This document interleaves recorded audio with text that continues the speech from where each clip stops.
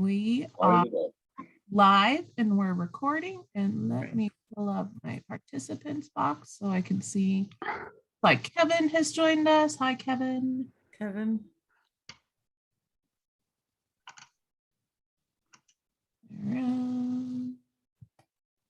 All right. Barb's joined us. Hi, Barb. Jennifer Bray. Hi, Jennifer. All right, Commissioner. It looks like folks are joining us. So let's go ahead and get going.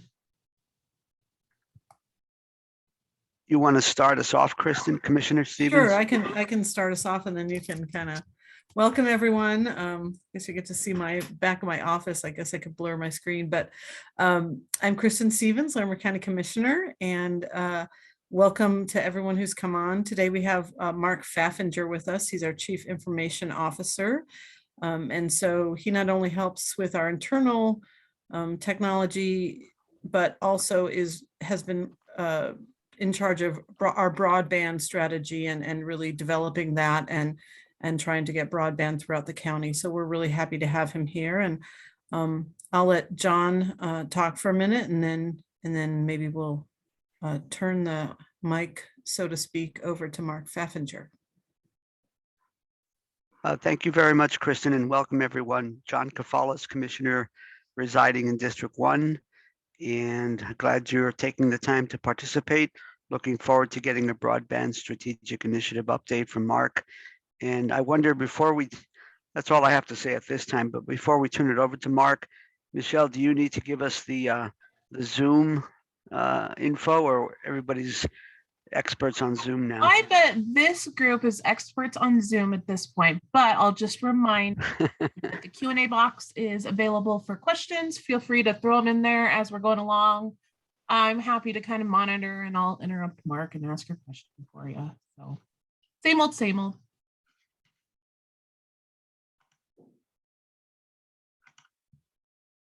Well, sir, I believe you're on. Oh, okay. Sounds so good. maybe Mark, I guess probably kind of introducing sort of the history of how we got to this place and what we're trying to do in the county, and then the strategic plan and some of the things that, Okay, if you're comfortable doing that. I am. Great. I am excited to share what I have, and I've been at this for a while, so I have some information regarding broadband and internet connectivity at the county. I will say, first of all, I'm going to share my screen and say we do have a problem in Larimer County. A lot of the residents were kind enough to participate in a speed test analysis we did last summer, where we asked them to actually go onto a tool that we published on our Larimer County website, and folks ran that tool, and we got real life data. And I can say, you can see these red and green dots. Not surprisingly, there's a lot of green dots in some of the municipal areas where you have strong Comcast and cable modem coverage, as well as now, obviously, we're getting a lot of fiber to the home projects in our municipal areas of Estes Park, Loveland, and Fort Collins.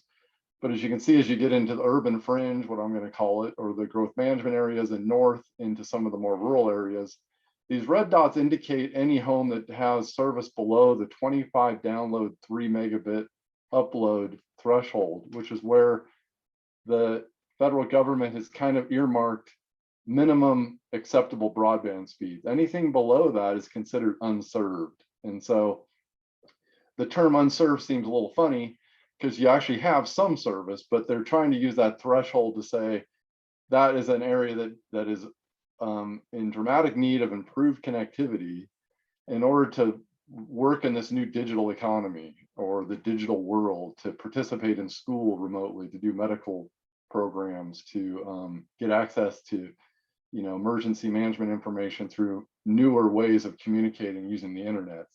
So I will say, we have significant red dots at the county. This is the area of Red Feather Lakes, the Livermore. This is the Poudre Canyon. This is up in the Drake area. This is down north of Lyons and a lot of our neighborhoods there, and south of Loveland, which is the area of Berthoud and Meade and Campion. The foothills section of Larimer County from Masonville all the way up to where the backside of the reservoir and into Masonville. And pretty much all the areas of Buckhorn have pretty dismal internet connectivity. And so I'll stop there. I'll unshare for a second. I'll just kind of explain what we did about 5 years ago. Is we were starting to get more complaints about what can the county do, and we actually got a grant, and we went and we studied it with what's called a feasibility study. And what that study provided us was a lot of good data on where we have problems, what was the pulse of our residents that lived in, mostly we studied the rural areas west of the foothills and north of Fort Collins. And so we did study Wellington, but we mostly studied the rural areas of the county. We know since doing that we have problem spots in the urban areas of the county, but that's another story we'll talk about later. And basically what came out of that study was the strong opinion that the residents didn't trust the current incumbent providers, and they were really desperate for the county to get involved in trying to solve this connectivity problem on a long-term basis. The county at that point decided they did not want to be an internet service provider, which is still the stance today, but we wanted to find partnerships and opportunities to try to be a facilitator to see what we can do to keep moving the ball forward to try to solve this problem. So over the next couple of years, we did a lot of outreach. We built a lot of partnerships with our municipal partners. We formed a stakeholder group of broadband interested folks in the region that covered both Weld County as well as Larimer County to kind of share and learn from each other. One of the key members of that group was Longmont, who was one of the first internet fiber to the home projects in the nation. And they had a lot of good learning to share, a lot of good information. And I would say that was the impetus for the cities to finally get up and do a utility service. Fort Collins, as you know, went to the voters for permission. Loveland did it a little bit more through the utility service. They got approval for bonding through their utility. But both of those, and Estes Park also did an election to garner support for a bond to build out their networks. Those networks are 75% complete at this point. They're targeted to be done by the end of next summer, or this coming summer, actually. So they're well on their way. And so the next thing we did, we started to see that through the COVID cycle, things blew up a little bit. The demand and the issue of connectivity became a really big problem because everyone had to work from home. Everyone had to do schooling at home. Everyone had households. A lot of households had to do all the things at the same time. And so I think the reality came home around, this is something that we can't live with long term. We need to solve this in a big way. This also became a national conversation, a state topic. And in order to get ahead of it, the commissioners supported a very comprehensive engineering study that actually got grant ready data on what it would take to build fiber to the home projects to any resident in Larimer County that was within 3 miles of a main county road artery. Is kind of the best way to put it. So where there's also good electrical infrastructure through our rural electrics or our local electric providers, that was kind of the scope of the project, which actually covers probably 95% or more of our households in Larimer County. We do have some very hard to reach places in the very north section of the county that probably don't qualify for a lot of these kinds of analysis. There's some places that are just super hard to get to and very expensive. We're talking $30,000 per premise to build them out. On the other hand, we realized that most of the rest of the county could be done anywhere from $2,000 to $5,000 per premise. And we also got some good data that it also increases property values upwards of $15,000 to $20,000 per household. So we know these are good investments for the community. The next stage of this is looking and partnering with our state agencies and the federal agencies to try to figure out how to get the capital dollars to build out the rest of our network. And so I'll just transition to, I have some slides that kind of go through what our strategic plan basically is outlining in relation to a lot of the things I talked about. Does that seem like a good thing to cover? Okay. Let me just run through this. I'll try to move fairly quickly, but if there's any questions, I'm not sure how this works in terms of you can stop me, I guess. Let me go back. So, I mean, the one thing we will say is Larimer County's had the belief since our feasibility study that everywhere is somewhere, that all of our residents count, that regardless of your financial capabilities or where you might live within one of the population neighborhoods in Larimer County, we really wanted to create a desirable place to live and work and play. And that in our opinion, is a utility service that's owned by the community. And so our goal within the strategic study was to come up with a plan that supported a rural infrastructure as well as provided public infrastructure at the above the federal level of internet connectivity, right now is anywhere from some programs stay 25 down, 3 up to 100 down, 25 up. And so it's a moving target.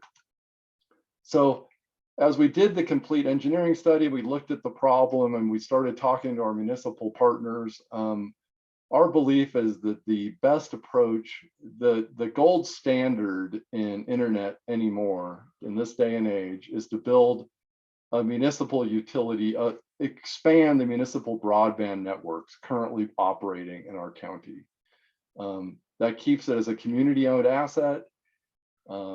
We also believe that we should expand fiber optic cables, which are the types of cables that run light signals and don't have the same limits of a lot of the existing in-ground infrastructure that we currently have, like copper cables or coaxial cables. We wanted to obviously target unserved areas that were below that 25/3 threshold, make sure they weren't left behind. And our big push was we needed to have these investments last. We can't be flash pan investments. And so that was a reliable, scalable, future-proof solution that really that's built solely on fiber optic installation networks, because those are proven to be a good investment for up to 100 years or more. And so that's a long time to get out of a capital investment. We don't know obviously what new technology is going to come in the satellite space in the next 50 years, but let's just say we target a 50-year goal for this utility service. That seems like a good investment. We also wanted to cover as many routes and homes as possible. The most economic buffer that we could find was about a 3-mile buffer from main electric provider corridors and travel routes of Larimer County. So those are main county road artery thoroughfares. And provide an equitable access model for this. In other words, we need to have ways to also make it easy for folks that maybe would struggle to afford high-speed broadband to qualify for subsidized rates, as well as to support digital equity programs to educate and provide devices to the community and to make connectivity to our anchor institutions like universities and schools and libraries a part of our overall program. And ultimately now we want to support Governor Polis' executive order, which was dictated a goal of Colorado to accelerate broadband access to communities by 2027.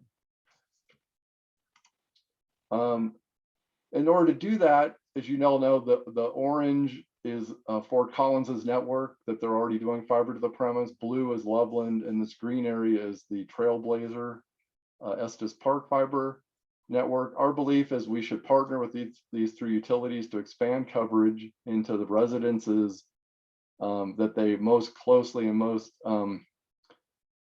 that are most obvious for them to expand into. So what makes up these networks are called backbones and last mile connections or neighborhood circuits.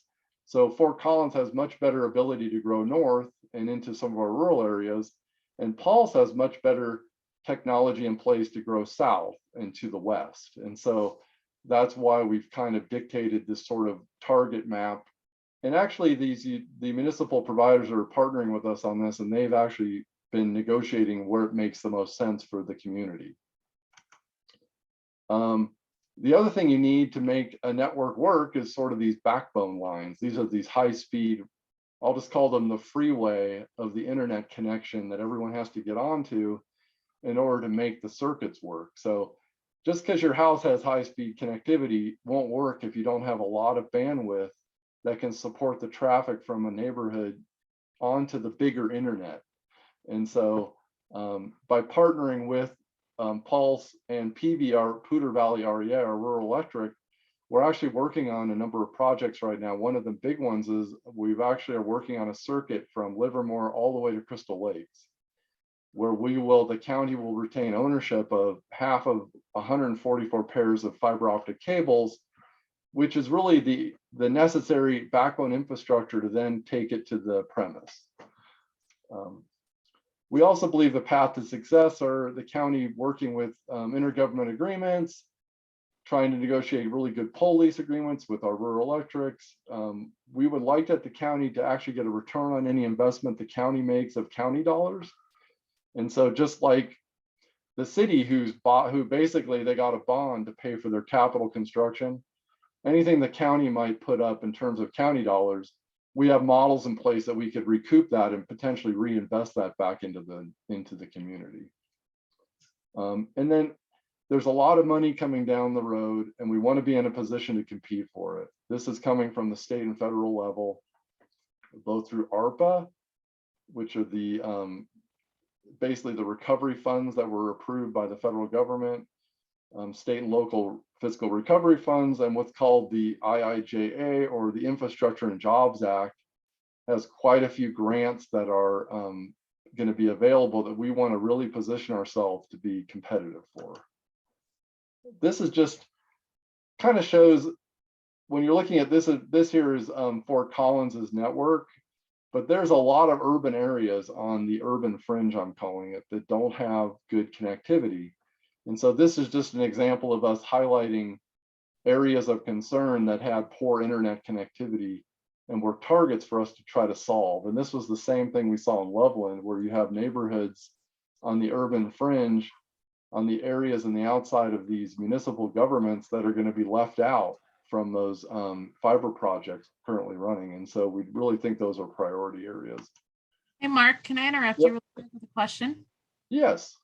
So Kevin Jones asked, please talk about the county extending broadband west of Loveland via Sylvandale up to Drake. What, if any, regional collaboration is going on between Loveland's Pulse and Fort Collins Connection broadband with respect to that specifically? Yes, so I guess I can leave it here. There's two things the county has done. One, the first of all, I'll step back and say what initiated a lot of the work in the on the Big Thompson Canyon was a grant that the Thompson School District obtained through the Connecting Colorado Students Grant. What that grant proposed was the Thompson School District actually did their own analysis and identified that they had student populations in the Drake neighborhood and in the Drake area of the Thompson Canyon, and in the Lago Vista Mobile Home Park, which was north of Loveland in the unincorporated Larimer County. They actually came to Larimer County and we got an IGA approved that they could expand Pulse services, and that the Thompson School Grant would pay for that capital construction into those two areas. And so really all the county had to do was provide the approval to expand Pulse's network into the unincorporated areas of Larimer County. Since then, we have been talking about ways to slowly try to fill in the other areas along the Big Thompson Canyon up to Drake. And our first project that we approved and the commissioners are funding is the neighborhoods at the bottom of the canyon around the Sylvandale Guest Ranch, I'll just call it, and the Ellis Ranch neighborhoods. And we're also looking at grant opportunities at the state for small broadband grants that we hope this summer would provide us options for completing the circuit and the homes between Sylvandale and Drake. We do have the cost estimates of those. We know that it's very doable, and it's a neighborhood in an area that on my connectivity map is very highlighted as a very underserved area. Most of the folks in that region are using satellite internet, which is terrible latency, which won't work for a lot of home work or home office functioning.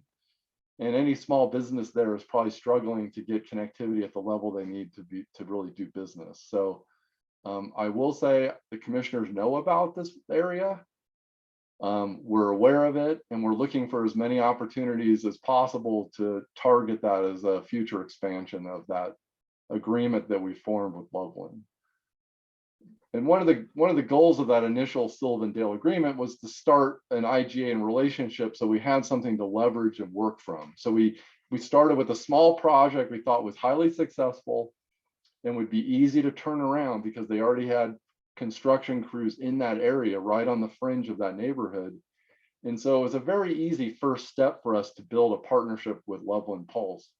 But I will stress that we haven't forgot about the other areas of the county, but we have a lot of neighborhoods that are unserved right now. And we have about $91 million in what's called this urban fringe area, and about another 100 to 150 million in the rural areas of Larimer County that we're trying to figure out how to build those out.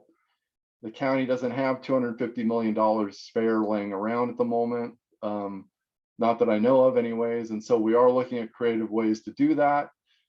I think one of the most prudent ways is to compete for federal and state grants that are coming available, and I'll talk about those in a second. But before I go on, Michelle, did that cover that question, you think? I think so. Thank you so much. Okay.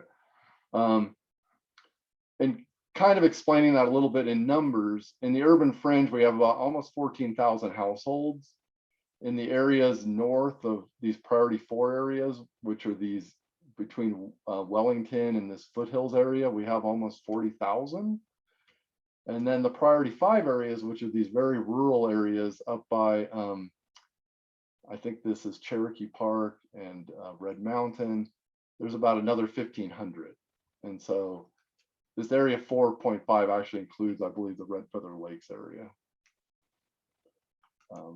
So there are a significant amount of homes in rural Larimer County that are in a municipal boundary. One thing that we found interesting was what's going on in rural areas. This is what we did the survey from our feasibility study. We have a lot of residents relying on fixed wireless and DSL services and satellite. This makes up almost 60% of our connectivity in areas outside of unincorporated Larimer County. Almost these entire 60% would not qualify under the federal definition of high-speed broadband. And so this 60% is definitely areas that need to be targeted and looked at. And obviously dial-up, I feel sorry for whoever that 1% is, but John, I think you were the last dial-up person in the nation, weren't you? Maybe not. And then we have another 8% that don't have internet, and it's because they can't get a provider or it's too expensive. And so these are the kinds of things that created our strategy moving forward. The good news is, I'll just pivot a little bit. There are a lot of funding programs that the county is well positioned to compete for. And those are starting as soon as this year. The Capital Project Fund, which is part of the ARPA relief dollars, is looking to provide 171 million in Colorado of competitive grants that are going to be distributed through the broadband office.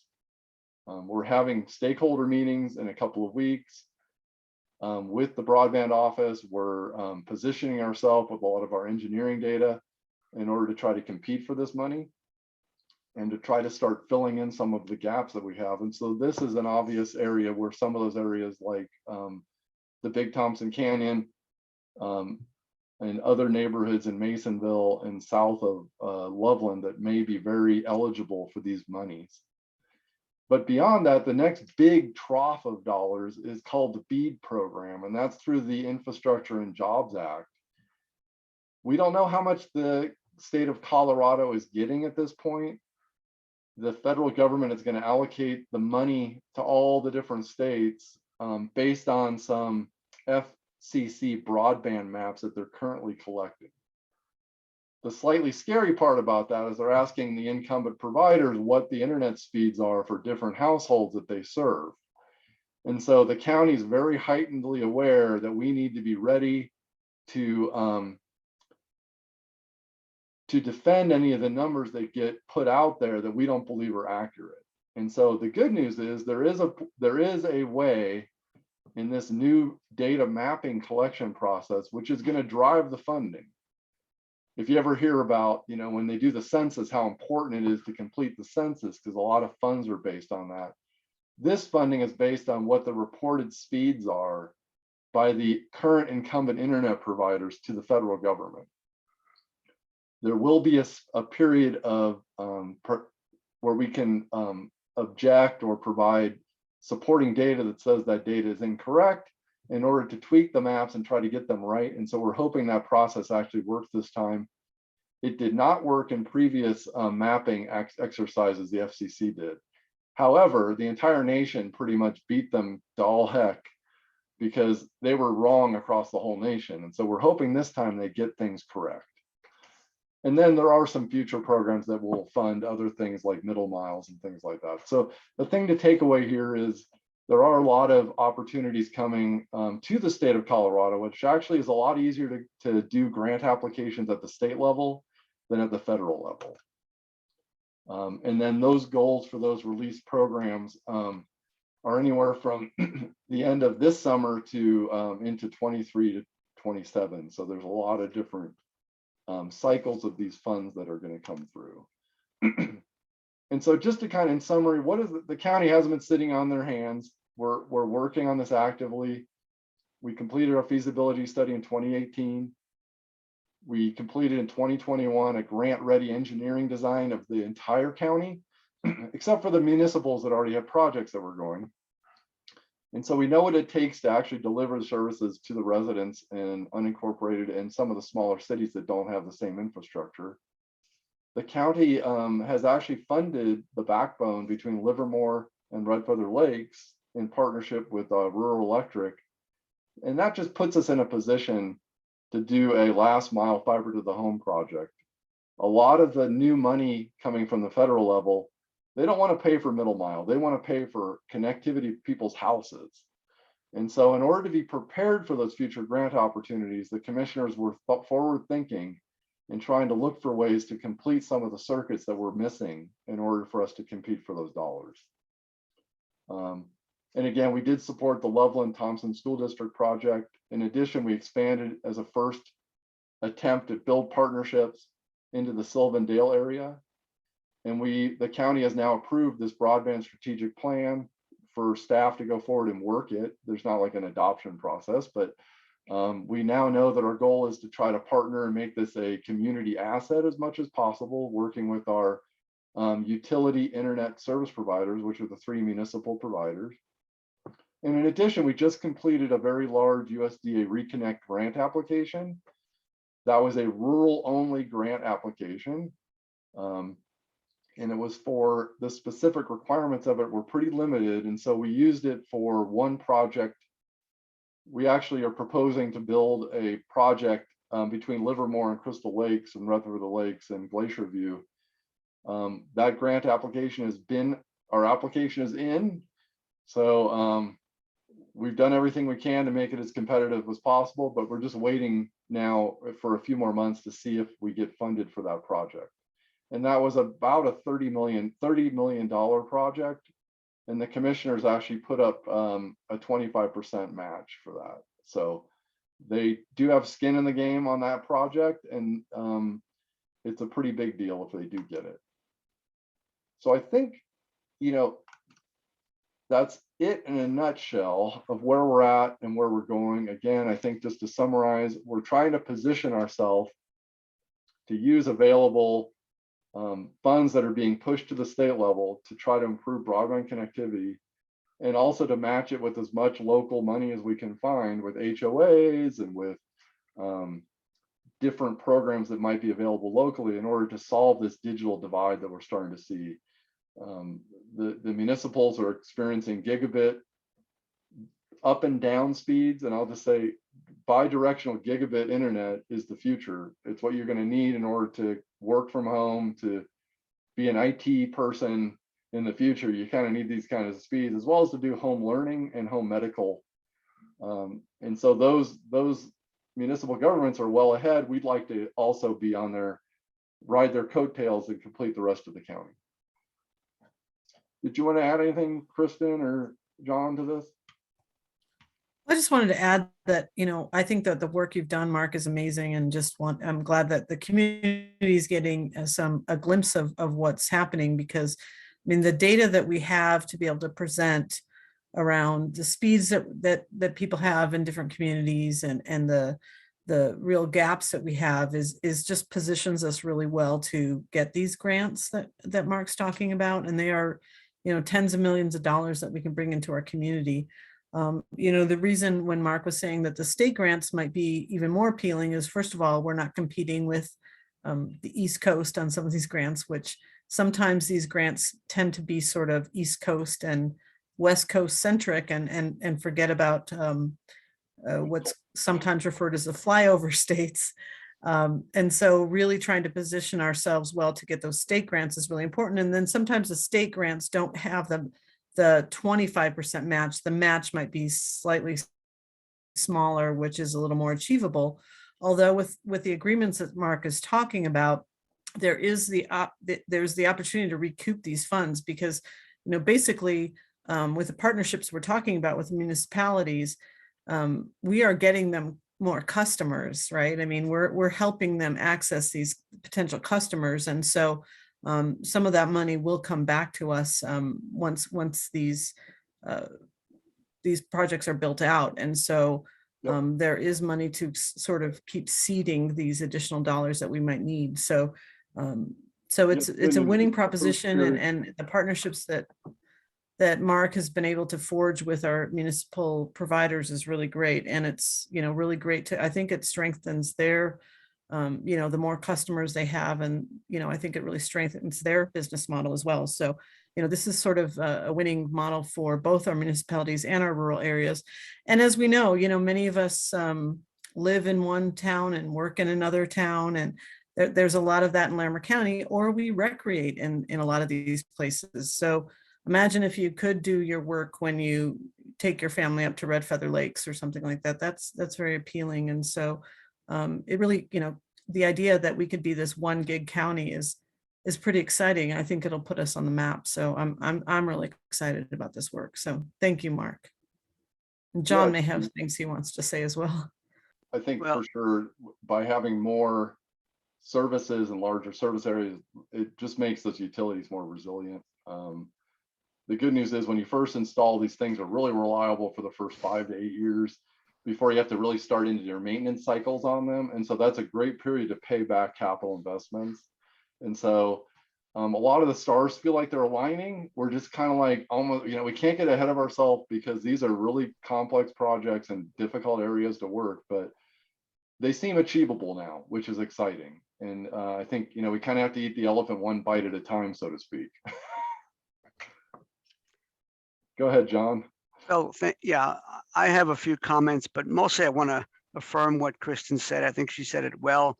I do have some additional comments and maybe a couple of questions, but I'd like to pause and see if anybody has any comments or questions that any of our attendees, and then if time allows, I'll offer my additional 2 cents. I was just going to remind folks too that you can raise your hand, and we can, if you want to chat with us.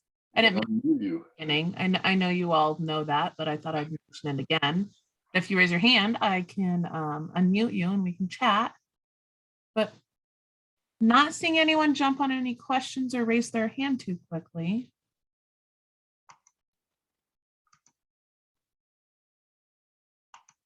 Michelle, shall I offer my thoughts at this time? Probably a good idea. And if people are maybe typing out their questions, we can get to them when you're done, Commissioner. Thank you. Thanks, Kristen, Mark, folks. Again, Kristen said it really well in terms of why this is so important and how Mark and his IT team, they're small but mighty.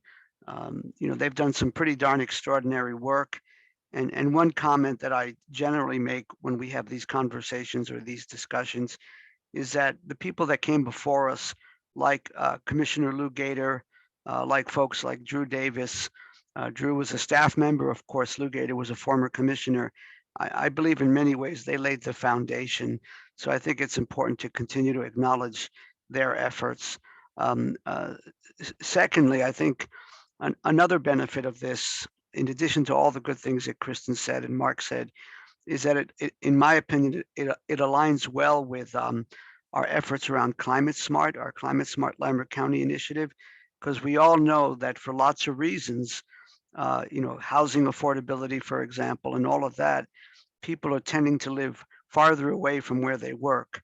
So if they have more options for telecommuting and perhaps not driving to their jobs, that helps with issues related to greenhouse gas emissions and air pollution. It allows people maybe to spend more time with their kids or their families. So I think that's important to point out as well. A couple of questions I'll offer, Mark.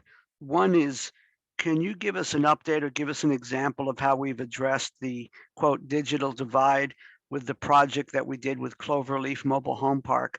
I'm curious what the status of that is. And I seem to recall we may have used CARES Act funds, but there's so much funding floating around, it's kind of hard to keep track. That would be my first question, sir. Yeah. So the good news is the FCC has actually extended a program that helps residents pay down their internet by, I think it's $30 a month. The City of Loveland Pulse is a member of that program, so anyone can qualify. The qualifications there's quite a few ways to qualify, either through, maybe you're leveraging some of the existing benefits programs through Human Services, or there's quite a list. But Loveland Pulse on their website has a way that all of those residents in that mobile home park or anyone else in their area can apply online, and if they're approved, Loveland Pulse then offers them a reduced connectivity rate. There's no such thing as a free connection, and I think that's probably okay. One of the research is that people should at least pay a little something in order to value what they get. And so this program kind of supports that model. It tries to pay it down considerably, but there still is an investment that a household would have to make in order to get the gigabit service to their house. But I would suggest anyone look into that. The City of Fort Collins is actually in the process of applying and becoming a member of that FCC program. They actually had a different strategy. They take 6% of all revenue, and the City of Fort Collins puts that into a special equity fund in order to offer digital equity programs like reduced cost internet, or maybe training, devices to unserved households. And so their program actually had a little bit more flexibility built into it. And but it can work in conjunction with the FCC program. So they're planning to actually, I believe, do both. We do have a couple questions, Commissioner. You want me to go to those? Awesome. All right. Jennifer asks us, what do we as rural homeowners need to do to stay in front of the plan? Also, is there anything we as individuals can do to help move the dial? Yeah, we're trying to figure out what this engagement looks like here now that we have a plan. So I would say keep an eye on our broadband website. There's a Larimer County webpage. I think we could probably drop it in the chat here. That we will try to post information. There's a place on there where you can sign up to be a part of our mailing list. We're trying to get more resources wrapped up into communication over the next few months, because we believe that's going to be really critical as we start to have more community involvement and needs to get feedback from those that are experiencing internet connectivity issues. And so that's where I would start. And then, try to stay connected to your commissioners. They're the pulse of what's going on in the county. And so I think that's a really great strategy also. And I just provided the link to the broadband website on Larimer County where you can sign up to be for our mailing list. Thank you, Mark. Okay, second question, and this actually Bernie is asking us. We live in Poudre Canyon, 4 miles above Ted's place. Any idea when we might see service? I don't. Other than, ooh, that's a tough spot. So we're actually at meeting with CDOT also to see if they have any interest of expanding their fiber network up the Highway 14 canyon. As you know, it's a popular place to have issues and accidents, and it's hard to get cameras on it to know what the plows need to do. And so I think it is a target for them, and we're trying to find out if there's opportunities for the county to potentially partner on something that would potentially lay the foundation for something in the future. Currently, the truth of the matter is it's probably easier to get to Red Feather Lakes than to the areas north of Ted's Place on Highway 14.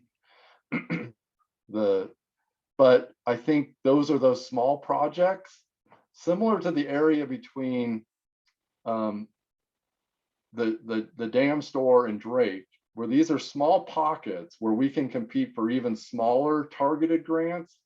And so, you know, I would welcome folks in that area. And I'm going to pull up your map right here. This will be fun. We'll just share the screen and we'll see what you guys are dealing with right now. So this is the area you're talking about, I believe. Here's Ted's Place. There's some houses up in here. And oh boy, you're all using satellite internet, it looks like. Maybe he can confirm that, but those are those areas that are really in the dead zones and are really potentially great candidates for small targeted projects. The good news is if we do the project up by Livermore and Red Feather, we will have fiber connectivity up to 87 going past Ted's Place. And that might be a good launch point for one of these smaller grant opportunities that are offered at the state level to target some of these really niche areas. And so we are doing right now some of this work to try to isolate some of these kind of very disconnected communities like this. The other one's up near Rustic is also another one that has similar connectivity problems. And we're trying to set those aside and go, these are really great targeted small grant opportunities versus these larger grants that are like $20 million to do a whole large neighborhood. And so that's, you know, the hope is by 2027 is Governor Paulus's goal to have you connected. Let's hope they put some money up and make it happen, because we're ready to build it as soon as we can find the capital dollars to do it. All right, it looks like that was the questions we had from our lovely attendees tonight. Let me ask another question, just one at this time.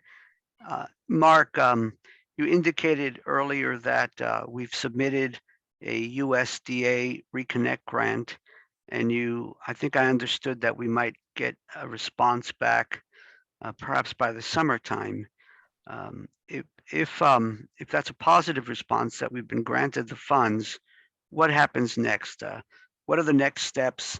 And ultimately, when could the folks along that corridor up to Crystal Lakes, including places like Glacier View Meadows, when could they expect to have options for securing higher speed internet? Yeah, the USD grant, the good and bad of the USDA Reconnect Grant is it has a lot of money behind it, but it's also a very bureaucratic grant. The application was very extensive. It's mostly targeted to large incumbent ISPs like the Lumens and Comcast of the world.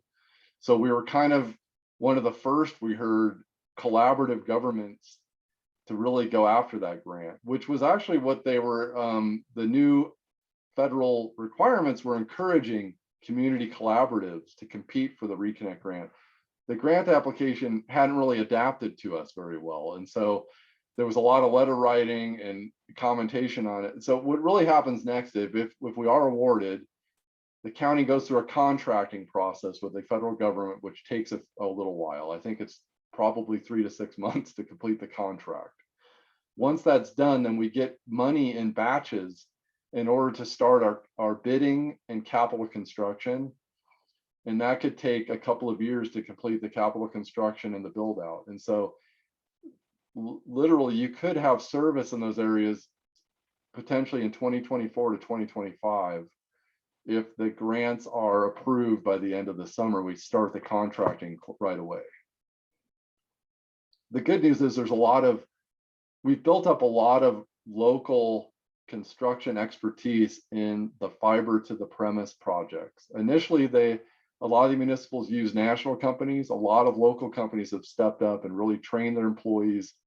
And we have a lot of local companies that are now capable and ready and really excited to keep expanding their construction services into areas of Larimer County before they pick up stakes and go to other areas of the nation. And so we're hoping to get in under the gun before those construction crews decide to leave the area and go other places. Looks like we have another question. And Jennifer asks, will the broadband site start to see more recent updates now? The majority of the information is reporting from meetings and information back 2018, 2020. Yeah, we have a web helper now on our broadband team who's starting to go through and update this. Within about the next 30 days, we're going to have a completely revamped site with a lot more outreach and communication around what we're doing actively today. And no excuses, but basically the broadband program has been me, along with being a CIO of Larimer County and trying to deputize as many of the regional partners as I can to help. And now the commissioners have supported some additional resources to care and feed the program. And so you will see an improvement in the website over the next 30 to 60 days. And then we'll have some ongoing resources monitoring and in keeping the dialogue going with our residents. Now that we have a plan and we're working it, we will upgrade the resident experience and also tune the site to be a little up to date with our strategic plan and with some of our activities that we're currently doing. Thanks, Mark. And it's not a question, but Barb wants you guys to know that they certainly appreciate the consideration, time, and resources you have devoted so far to the effort. And thank you. Yeah, I think if one thing we've seen in the research we've done is a resilient community is one that has really good connectivity. It's also it really helps the financial strength and stability of the residents in terms of the utilities that are provided to the homes in our area. So on many fronts, it really makes a lot of sense to do a project like this in anticipation of the needs of an aging workforce and an aging community. The access to the next generation of medical services that are very data intensive and real time. If you've talked to anybody who has a pacemaker right now, it's all about the data downloads and real time statistics that they have. And the next phase of that is to connect it to the internet so the doctors can react real time. And so you need these kind of new networks to be able to do that. And the other thing I will mention, a lot of the complaints we hear in rural areas are also around cellular networks and cell phone capabilities. Fiber backbones and fiber networks that connect into rural areas are actually a requirement in order to build the next generation 5G type cellular service.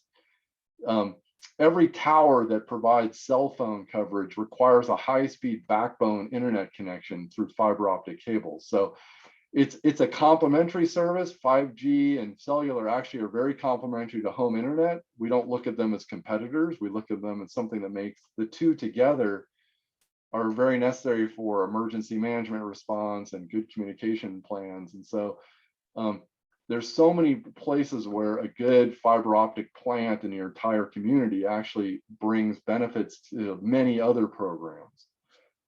And that became really apparent when we did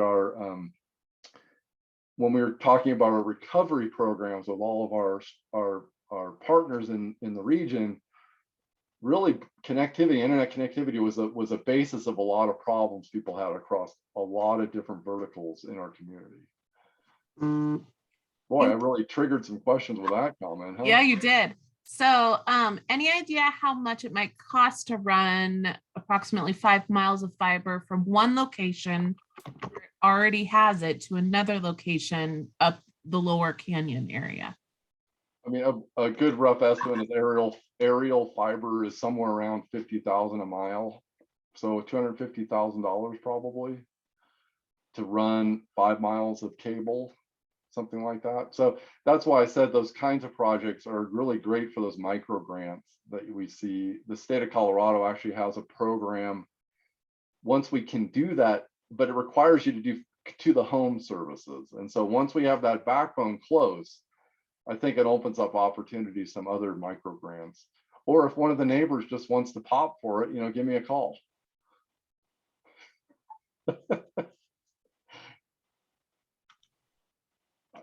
There was one other question, wasn't there? They were combined questions. Oh, okay. Well, and this is part of our strategic planning too. And I'd be remiss if I didn't mention that Commissioner Shattuck McNally has been working on this issue and has been assisting and working on these grants and making connections for us. So, but it is part of our strategic plan as well, not just part of our strategic broadband plan, but it's part of our actual strategic plan for the county. So it's something that we're prioritizing as a county. And we are looking for the dollars to do this, and it is expensive, but it's not impossible. And like I said, especially with the work that Mark has done to show the need that we have in our community and show that we're ready and that we have all these partnerships built. So I think we're well on our way, and we will do our darndest to find the money to be able to do these projects, because we know how important it is for you as residents, and for our students, and for business, and for emergency operations in these areas. For so many reasons, it's the right thing to do, and we definitely want to do it. So we will doggedly pursue all those grant opportunities and put pressure on the governor. I mean, if he wants to have that by 2027, which is 5 years from now, I mean, let's, it's going to take some funding, and we have been willing to put in some of our own dollars to be able to do that. So we're willing to be a partner in that with our federal and state partners. Let me add one thing to that last question, just to be a little more proactive about it. The county invested in engineering analysis that covered pretty much every home in Larimer County outside of those municipal networks. If there is an HOA listening, or a neighborhood that would like to understand what their actual costs are to build out in their community, I can narrow down those estimates, engineering estimates, to a specific area. And we could talk about, there are some discussions with some more organized HOAs that are in the unincorporated areas of Larimer County on how we can maybe partner on projects. And so those are great ways to, push the bar, is to come with some, maybe a percentage of shared dollars in order to make these things happen, because we only have so much money to go around.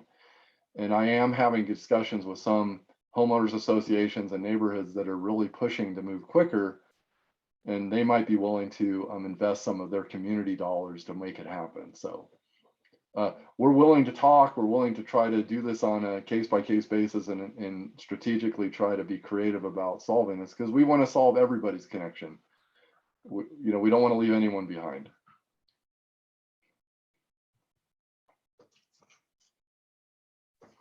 Well, you can see how folks like Mark Pfaffinger and certainly Michelle Bird, they work hard, and they're very extraordinary team members, and they make us, the commissioners, look good. And so a lot of gratitude for this really amazing work. And, in addition to all the things that Mark has shared, he's also goes above and beyond as far as being available. And I know he has come to like tonight, community conversations, Commissioner Shattuck McNally, and I believe Mark is scheduled to come up to our Red Feather Lakes meeting March 24th. That will be an in-person meeting. Not quite sure where up in the mountains Jennifer lives, but that'll be an opportunity to have this conversation, closer to the people of Red Feather Lakes and Crystal Lakes and all of that. So that's another thing that we're trying to do to get folks more involved. And I'm really glad to hear that we have more capacity to help update the website and make that more user friendly and interactive. So much credit to these folks, and the commissioner is definitely on board. And Kristen, your point is a excellent point, that we have this broadband strategic this master plan update, but it's also part of our 5-year commissioners strategic plan, under infrastructure. Broadband is an important piece of that. And Well, if you haven't had enough, so on Saturday, if you happen to be up in My Pie, I'll buy coffee. Up in LaPorte, we will have our LaPorte community conversation. It'll be the first time in quite a while that we've had it in person. And interestingly, we'll have Lori Hodges from our Office of Emergency Management, and actually Kimberly Culp, who is the director of the LETA, the Larimer Emergency Telephone Authority. And again, to Mark's credit and everyone, it's making the connection between cell phone service and internet service. It's important that people understand that, and certainly me, and in terms of emergency preparedness, that's so important. Yes. I will say one last thing on emergency is the fiber connections we're doing from Livermore to Red Feather Lakes is actually going to improve connectivity to all the substations and electrical distribution networks in those areas, which is what you need in order to resiliently switch electricity during emergencies. They don't have a lot of that technology in place today. And so, these networks are used not just for home to browse Netflix and do school and get on work. They're actually used for a lot of ancillary services to improve the community's access to information. So, and really quick, and then Kristen, if you want to close us out, we're getting close to, we have 4 minutes, but to Barb's comment in the Q&A, yes, I'm more than happy to buy you and Bernie and other folks coffee. Beyond that, we'll have to discuss it. And also just another example of how, we're trying to be as proactive as possible. None of these things are easy, but for example, I think we dedicated $50,000 of American Rescue Plan Act funds, our immediate needs grant, to the Poudre River Library District. And I think that particular grant had to do with making more Wi-Fi available, or hotspots, and laptops. So there's another example where we're trying to take that federal money and invest it wisely in, stuff that matters to folks, through a partner, the Poudre River Library District. That's important as well. Commissioners, it looks like we have one more question that popped up. Kevin, for you. Yeah, we do. Please say what you can about the Transportation Management Organization mentioned in Tuesday's Admin Matters meeting. Clean commuting, regional, is there any more information about that? Sure. So, I think that our regional metropolitan planning organization will be kind of looking at either a TDM or a TMO, and it's a lot of acronyms, basically, looking at ways that we can get people commuting in a way that's more sustainable, I guess is the right way to say that. So, there's funding available for TMOs and TDMs, and I think there's a bill going through the legislature right now, which may or may not fund them. But, and I can probably get you more information, Kevin, if you want to, but I think that because the E-Trip program got canceled, they're looking at ways that we can do voluntary programs that encourage businesses to get on board with clean commuting. And so I think that and sometimes I believe that the TMOs are centered around certain areas. So it could be like a Highway 34 kind of TMO focused on that corridor or something like that. So, but we are pursuing that through the MPO, and I can get you more information on that because I probably won't do it justice in the short amount of time that I have and the limited amount of information that I have. So, but I can get back to you on that. Kristen, you used a second acronym, TDM. What is that? Transportation. Oh, Sorry. I thought you had that. Management. Yeah. Is it? Yeah.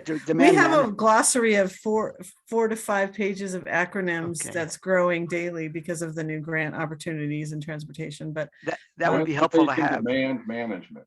Transportation demand management. Right. So they're all sort of dealing with these ideas of getting people out of single occupancy vehicles and So, you know, we're going to try to you make some of that happen because of e-trips and really, you know, we just need to, And we good need connectivity so less they can work from home congestion more. and less greenhouse gas emissions. So, And fiber Kevin- again, broadband. and fiber is drive- fiber drive to the trial. home can be part of is definitely part of the solution is, you know, can we get people to work from home, even a couple, 2 to 3 days a week when possible would reduce. We saw what happened during COVID when a lot of people were able to work from home, and there were drastic lowering of greenhouse gas emissions worldwide. So, Oh, yeah. Commissioner Kevin did say he would love to have that information. okay, I will get that. I will talk to Suzette at the MPO and I'll get you some information about. And I'd what like we're a doing at this copy of the glossary, please. Oh, yes. I would actually, if there is a There's glossary. things that aren't even on, TMO isn't even on the glossary. So the Oh. glossary needs to be updated, but Okay. yeah, I mean, that's, Okay. but yes, you can get a copy of that as well. And, you know, really quickly, I know we're at 7 o'clock, but just to close this thing out. So this is our monthly community conversation. And starting in April, we're going to try to change some of this around. So just be watching for that. And I know we're moving more towards hybrid or in-person meetings. And I'm not exactly sure when our Fort Collins one is scheduled in April, but I do know we'll get an update on that very soon from our public affairs folks. And again, we're just trying to be more responsive to, you know, to what best responds to the needs of our community. Great. Well, then we probably should say goodbye to everyone. Thank you for coming. Please email us or call if you have any other questions. And we will see you next month. Thanks, Mark. Thanks, Yeah, thanks for having me. It was fun. Michelle. Thank you guys. We'll see y'all later. Bye. Take care.